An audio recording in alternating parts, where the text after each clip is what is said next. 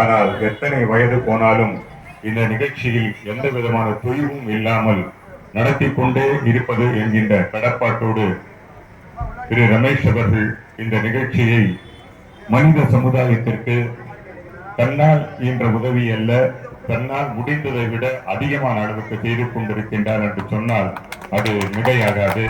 அப்படிப்பட்ட நல்ல உள்ளம் படைத்த நம்முடைய ரமேஷ் அவர்களுக்கு எல்லா விதமான வல்லமையும் ஆற்றலையும் இயற்கை அன்னை வழங்க வேண்டும் என்கின்ற என்னுடைய இனிய விளைவினோடு இந்த நிகழ்ச்சி தொடர்ந்து நடைபெறுகிறது. அவரும் தொடர்ந்து எங்களை அழைத்துக் கொண்டே இருக்கின்றார். சென்ற வருடம் டாக்டர் சொக்கலிங்கம் அவர்கள் மிக சிறப்பாக இந்த நிகழ்வுகளை பங்கேற்று அருமையான கருத்துக்களை பதிவு செய்துவிட்டு சென்றார்.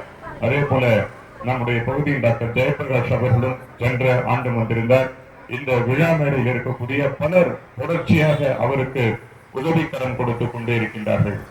அந்த அளவில் ஒரு அரசாங்கம் ஒரு குறிப்பிட்ட சட்டங்களை இயற்றி அந்த குறிப்பிட்ட வட்டங்களுக்குள் அந்த சட்டத்திற்குள் யார் யாரெல்லாம் வந்து விடுகிறார்களோ அவர்களுக்கு கொடுக்கும். இவர்கள் அப்படி இல்லாமல் இந்த சமுதாயத்திலே உண்மையாக யார் கஷ்டப்படுகின்றார்களோ அவர்களை தேடி பிடித்து கண்டுபிடித்து அவர்களுக்கு செய்கின்ற ஒரு செயல் நிச்சயமே உள்ளபடியே மிகப்பெரிய அளவுக்கு பாராட்டத்தக்க ஒன்றாக இருக்கின்றது. பணம் இருப்பவன் அல்ல, பணக்காரன் அல்ல. அதை செய்ய வேண்டும் என்ற குணம் இருக்கின்றார்களா அவர்கள்தான் பணக்காரர்கள் என்கின்ற ஒரு தொடர் இருக்கிறது. அந்த குணம் இருப்பவர்களுக்கு என்றைக்குமே ஒரு ஜன்னல் சாத்தப்பட்டால் நிச்சயம் பல கதவுகள் அவர்களுக்காக திறக்கப்படும் என்கின்ற உண்மையோடு மேலும் பல நிகழ்வுகளில் நான் செல்ல வேண்டிய ஒரு கட்டாயத்தில் இருக்கின்றேன்.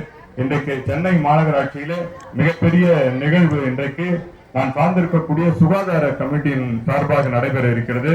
294 ஸ்டார்ட் அப் கம்பெனிகளுக்கு இன்றைக்கு நம்முடைய துணை முதல்வர் அவர்கள் இனாகரேட் பண்றாரு. அது மட்டுமல்லாமல் 354 பேருக்கு பணி நியமன ஆணை இன்றைக்கு வழங்கப்பட்டிருக்கிறது. அதுவே பல்வேறு நிகழ்வுகள் இன்றைக்கு சென்னை மாநகராட்சி நடைபெறுகின்றன.